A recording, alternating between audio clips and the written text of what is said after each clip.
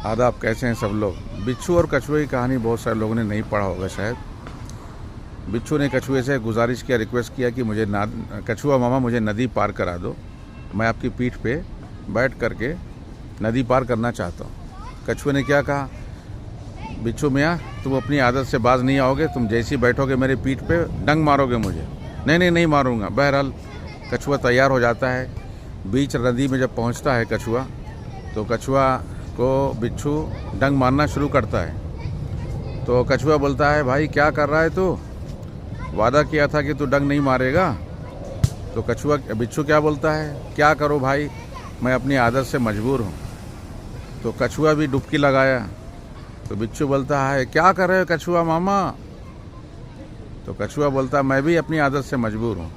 बहरहाल सुलह हो गई दोनों में किसी तरीके से। कछुआ नदी के दूसरे पार पहुंचा, सही सलामत बिच्छू को दूसरे किनारे ले गया। कहने का मतलब ये है कि लाइफ में कुछ ऐसे लोग हैं, वो बिच्छू की तरह ही रहेंगे। आप उनको कितना भी हेल्प करोगे, मदद करोगे, वो हमेशा डंग मारेंगे।